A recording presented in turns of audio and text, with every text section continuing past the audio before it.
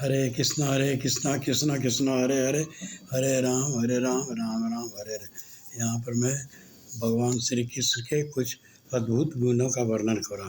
कुरुक्षेत्र के युद्ध में अर्जुन भ्रमित हो जाता है और इन भ्रम से बाहर निकालने के लिए भगवान उससे अपने प्रिय मित्र श्री कृष्ण अर्जुन को भागवत गीता का संदेश देते हैं। गीता का गहन ज्ञान दैनिक जीवन में हमारा मार्गदर्शन कर सकता है। तो सारे उपनिषदों का सार भागवत गीता है। समस्त ग्रंथों का सार गीता उपनिषदों का सार है। लेकिन गीता का सार क्या है? भागवत गीता में 18 अध्याय हैं।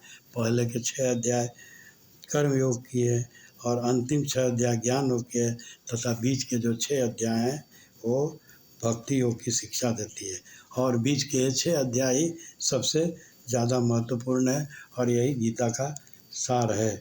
तो भगवान कहते हैं 18.65 में भागवत गीता के श्लोक में, मन मना भव मद भक्तो मदाजी माँ नमस्कुर मामय स्वासी युक्ता मांत्वना मता पराना।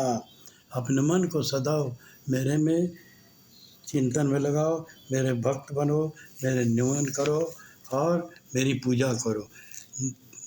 पूरी तरह मुझ में तल्लीन होकर तुम निश्चिंत ही मुझे प्राप्त करोगे।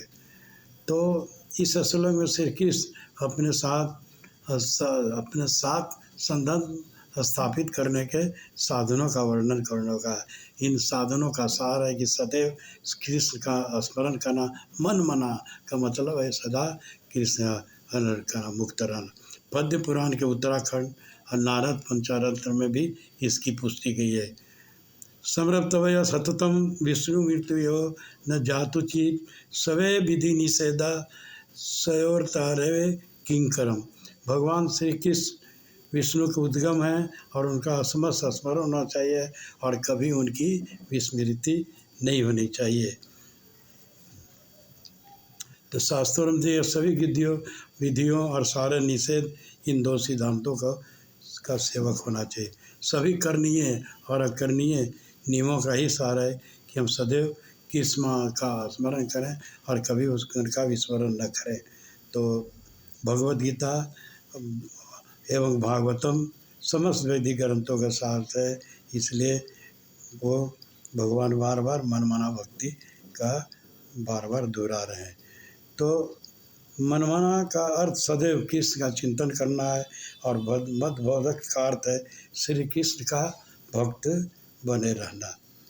यदि कोई सदैव कृष्ण का चिंतन करता है तो क्या वह व्यक्ति भक्त नहीं है? क्या कृष्ण को द्वारा नहीं, व्यक्ति श्री का भक्त हुए बिना भी सतत उनका स्मरण कर सकता है। जैसे यहाँ पर उदाहरण है हिरण्यकश्यप का और कंस का। कंस सदैव कृष्ण का चिंतन करता था किंतु भयवश।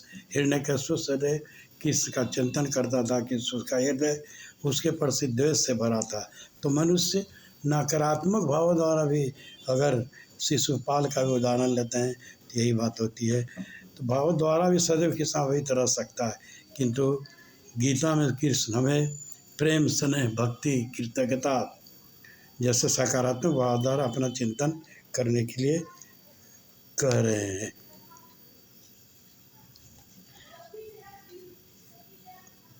मनमना शब्द का व्याख्या करते हुए श्रीपाद रामानुजाचार्य भी लिखते हैं, मयि अपारा करुणाया सौशील्य सौंदर्य माधुर्य गंभीर अवतार्य वात्सल्य जल्दो निविष्ट भाव।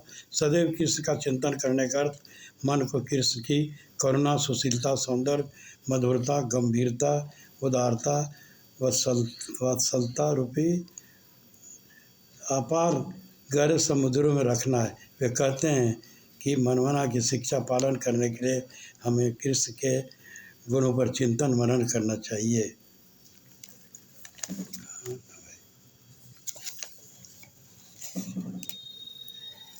वृंदावन की गोपियाँ अपने प्रेम भरे कटाक्षों से सतत कृष्ण का अभिषेक करती है।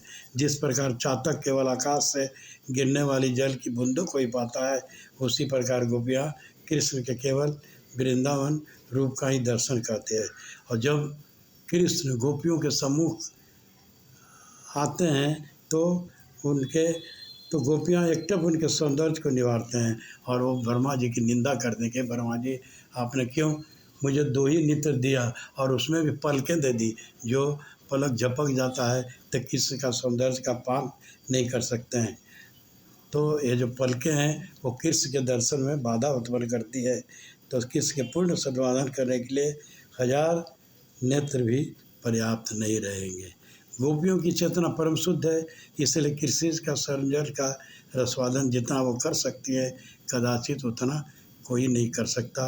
और गोपियों में श्री कृष्ण के सौंदर्य का अनुभव करने वाली सर्वेश गोपी श्रीमती राधा रानी है। हरे कृष्णा।